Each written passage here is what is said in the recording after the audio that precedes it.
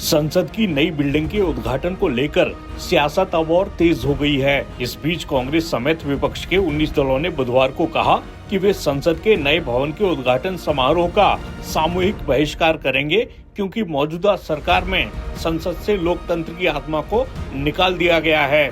उन्होंने एक संयुक्त बयान में ये भी आरोप लगाया कि राष्ट्रपति द्रौपदी मुर्मू को उद्घाटन समारोह से दरकिनार करना और प्रधानमंत्री नरेंद्र मोदी द्वारा संसद के नए भवन का उद्घाटन करने का फैसला लोकतंत्र पर सीधा हमला है। आपको बता दें कि कांग्रेस, तृणमूल कांग्रेस, आम आदमी party, DMK, Samajwadi party, Janata Dal United, राष्ट्रीय जनता दल समेत इन विपक्षी दलों ने इस मामले पर संयुक्त बयान जारी किया है। अब आपको इस मामले में सामने आए अलग अलग बयान भी सुना देते हैं। देश के प्रधानमंत्री जी 28 मई को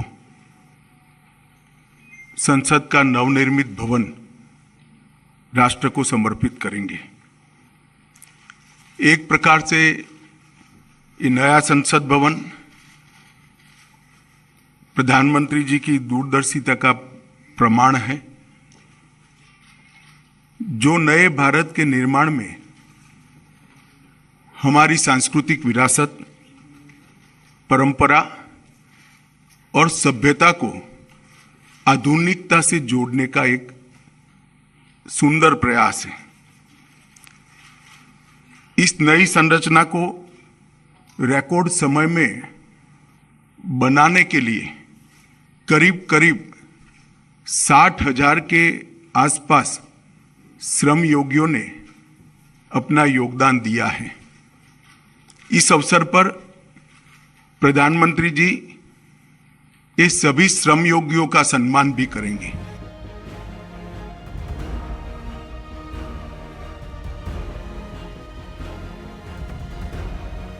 आरजेडी जाएगी नया पार्लियामेंट के उद्घाटन में? हम लोग की सभी लोगों से बात हुई है हमारी, और हम लोग जो है इसका हम लोग विरोध करेंगे, बॉयकॉट करेंगे। तो पहला सेशन हम लोगों का मानना है कि राष्ट्रपति जी जो है उनसे जो है उद्घाटन कराना चाहिए था, क्योंकि पार्लियामेंट के जो हेड होते हैं एक तरह से वो राष्ट्रपति ही होते हैं, और उनसे ना करा करके ये कहीं ना कहीं से राष्ट्रपति जी का अपमान जो है वो किया जा रहा है। तो हम लोग चाहते हैं कि पहला जो सेशन जो है, जो उद्घाटन जो भी हो रहा है, इसका सभी विपक्ष के दल मिल करके जो है बॉयकॉट कर। देखिए, ऐसा है कि नई संसद के उद्घाटन में देश की महामहिम राष्ट्रपति श्रीमती द्रौपदी मुर्मू जी को नहीं आमंत्रित करना, ये आदिवासी समाज का अपमान है, दलित समाज का अपमान है, पिछड़े समाज का अपमान है, वंचित समाज का अपमान है, और ये प्रदर्शित करता है कि भारतीय जनता पार्टी की मानसिकता आदिवासी, दलित और पिछड़ा विरोधी है। वरना संसद के उद्घाटन में अगर आप महामहिम राष्ट्रपति को ही नहीं बुला रहे हैं तो फिर क्या बचता है? क्या संदेश आप देना चाहते हैं? आपने महामहिम राष्ट्रपति का तो घोर अपमान किया ही है, साथ ही साथ इस देश के आदिवासियों का, दलितों का, वंचित समाज का घोर अपमान किया है। इसलिए आम आदमी पार्टी इस कार्यक्रम का बहिष्कार करेगी और नए संसद के उद्घाटन के कार्यक्रम में हम लोग नहीं जाएंगे। संसद भारत की पार्लियामेंट वो कौन बनाते हैं? राष्ट्रपति, काउंसिल ऑफ स्टेट्स राज्यसभा और लोकसभा, बस 3। भारत के महामहिम राष्ट्रपति, क्योंकि हमारा एक जो संविधान है और जो उसकी स्वरूप है, तो उसमें राज्यों का एक अपना अधिकार है। तो पहला सदन संसद का राज्यसभा है, इसमें राज्यों के चुने हुए प्रतिनिधि बैठते हैं, भारतीय गणतंत्र के, और दूसरा लोकसभा है। केवल भारत के राष्ट्रपति को यह अधिकार है कि संसद के सत्र को बुलाया जाए। वो आर्टिकल 85 में स्पष्ट रूप से उल्लेखित है। और आपको मालूम भी होगा, पर मैं कहना चाहता हूं, केवल महामहिम राष्ट्रपति भारत के सदन बुलाने का संवैधानिक अधिकार रखते हैं और हर सदस्य को, चाहे वो लोकसभा का सदस्य है या राज्यसभा को, उसको लाल रंग का सम्मन मिलता है। सम्मन घोषणा नहीं होती, नोटिफिकेशन नहीं होती, हर मेंबर को, हर सदस्य को निजी रूप से राष्ट्रपति का सम्मन आता है कि इस तारीख से इस तारीख तक सत्र बुलाया गया। और केवल राष्ट्रपति को अधिकार है सत्र खत्म होने पे उसको प्रोरोग करने का, किसी और को नहीं। ना वो लोकसभा के अध्यक्ष करते हैं, वो एडजर्न करते हैं, राज्यसभा के चेयरमैन एडजर्न करते हैं। प्रोरोग करना, उसकी नोटिफिकेशन होती है गजट की, राष्ट्रपति। लोकसभा को भंग करना, चुनाव बुलाना, वो अधिकार केवल राष्ट्रपति का।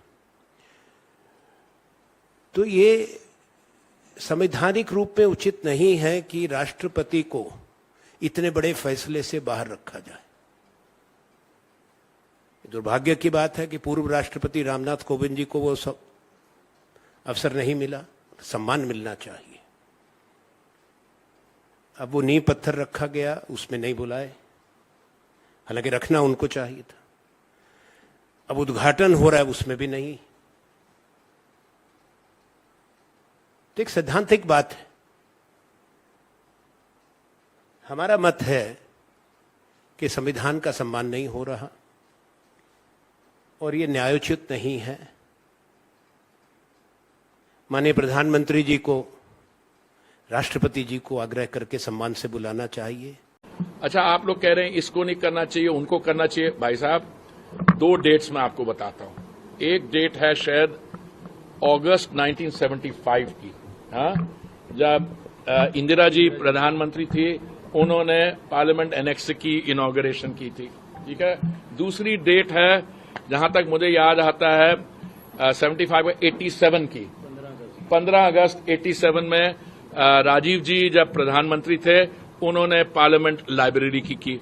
तो आप मेरे को ये बताइए, आपको अगर संविधान के, कॉन्स्टिट्यूशन के आर्टिकल्स पढ़ने आते भी नहीं, इन्होंने 2-3 आर्टिकल गलत कोट किए है। जब मैंने उनको बोला, मैंने कहा एक 1 article deals with the subject of giving an assent to a bill, the other article deals with something else, तो उनको चुभा। उन्होंने कहा नहीं नहीं, ये नहीं, वो नहीं। ये होमवर्क करते नहीं अपना। अपने समय में जो, देखिए, हेड ऑफ स्टेट और हेड ऑफ गवर्नमेंट में देयर इज अ डिफरेंस।